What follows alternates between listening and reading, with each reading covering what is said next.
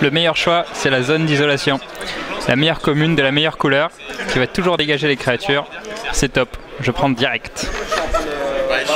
Numéro 2, la représentante des vampires. Une 1-4, ça paye pas de mine, mais la représentante, elle fait du porte-à-porte, et à chaque fois qu'elle vient, elle gratte un point de vie. Hop, un point de vie, un point de vie.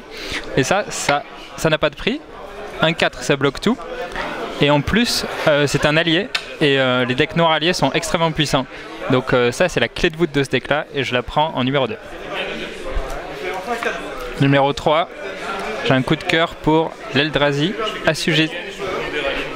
assujettisseur. Waouh, c'est long à prononcer, mais par contre, quand il arrive, ça pique une créature en face, et ça finit vite la partie.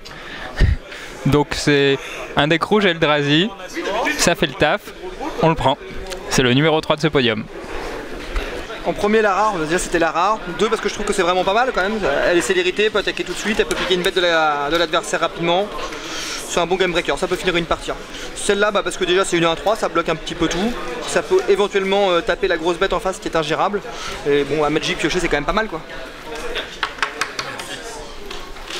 Donc sur le deuxième booster, en first pick, je prendrais clairement zone d'isolation.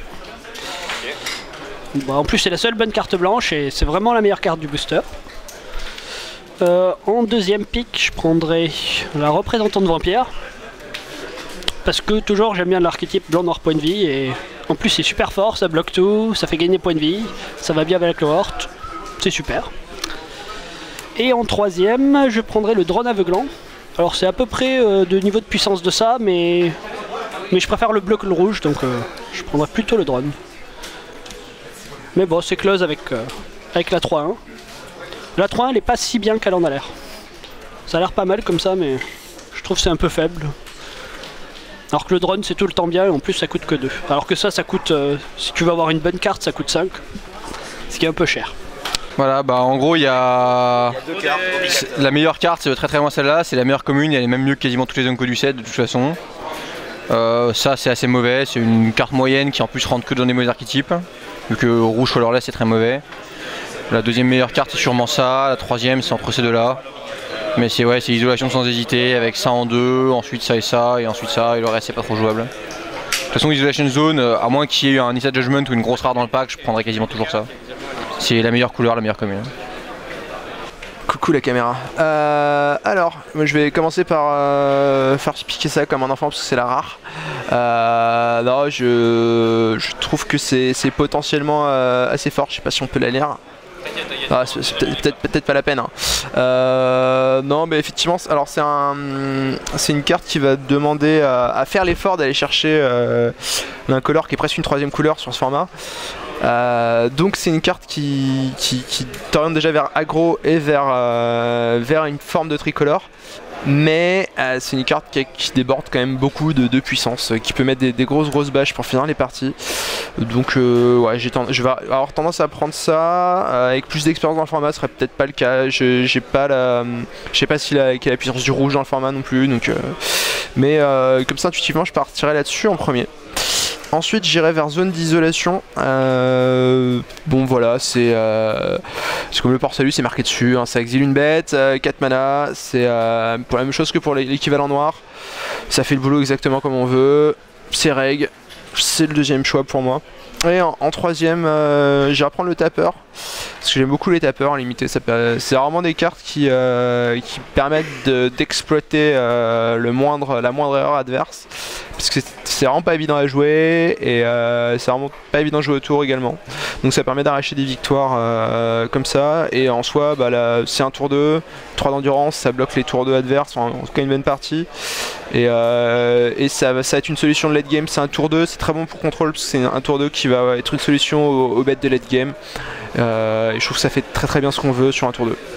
Après dans les autres cartes notables, il y a ça qui a peut-être sa place dans les 3 premiers pics, je me rends pas compte, ça fait à peu près tout ce qu'on veut en allié, dans le sens où ça bloque, ça trigger les gains de points de vie, c'est un allié, ça fait un petit peu tout. Donc c'est le genre de carte qu'on veut. Après il y a beaucoup d'alliés à 3 mana, ça aurait été le même genre de carte pour 2 mana ou peut-être même pour 4, avec forcément la puissance équivalente, mais le fait qu'il y ait beaucoup d'alliés à 3 mana fait que je l'ai peut-être pique un petit peu moins haut parce que la curve à 3 sera toujours pleine en alliés sans faire d'effort. Voilà, après c'est plutôt un gros booster, hein, ce genre de carte aussi ça peut faire office de removal dans une couleur qu'on n'a pas forcément facilement. Après elle n'est pas forcément évidente à utiliser, il faut avoir un bon spot, mais ça c'est pas mal. Et voilà, donc globalement des communes très réglo aussi à côté. Une bonne unco qu'on prendra pas sur un first pick tout simplement parce que elle est déjà bicolore, elle pousse trop les choix, mais une bonne inco aussi. Un bon gros booster. First pick c'est extrêmement simple puisqu'il y a Vampire Envoy, c'est largement la meilleure commune de l'extension. Voilà, ça fait absolument tout ce qu'on veut, c'est 1-4, c'est la bonne taille du format, ça coûte 3, ça vole, ça fait gagner PV, c'est vampire, c'est allié, ça rentre dans toutes les synergies, ça rentre dans tous les meilleurs archétypes, enfin c'est trop gros pourcentage de win avec cette carte. Isolation Zone c'est fort aussi, mais c'est plus décevant que ça en a l'air pour un anti-bet qui exile à 4, ce qui a l'air complètement fou dans le format. En fait j'en veux un peu dans mes decks, mais trop c'est pas bien. Je trouve que c'est un format où il faut davantage être proactif. Et voilà. Et du coup j'ai eu un peu plus, enfin pour moi ces deux premiers picks sont assez clairs dans leur ordre. J'ai eu un petit peu plus de mal pour celle que je rate 3ème, puisqu'il y a ces deux cartes là qui sont assez puissantes en fait. Et qui selon moi, enfin qu'il ne faut pas first picker à mon avis. Deux raisons à ça. Du coup j'ai mis la chercheuse d'Akoum en 3ème. Qui en fait ça rentre par contre dans les bons decks rouges, c'est-à-dire ceux qui sont capables de plutôt jouer 18 landes, qui sont aggro mais pas débiles aggro, et qui peuvent avoir un petit peu de... Enfin ça peut être vraiment très très fort sur un deck qui cherche un petit peu son second souffle, et ça peut vraiment gagner des parties stolées à elle toute seule. Donc c'est très important, notamment dans les blancs rouges, un peu que dans blanc rouge d'ailleurs. Et du coup la raison pour laquelle je veux vraiment pas prendre ces cartes là en fait, enfin bon les autres sont pas folles non plus, hein. Ça c'est une fausse bonne carte verte, ça fait rien.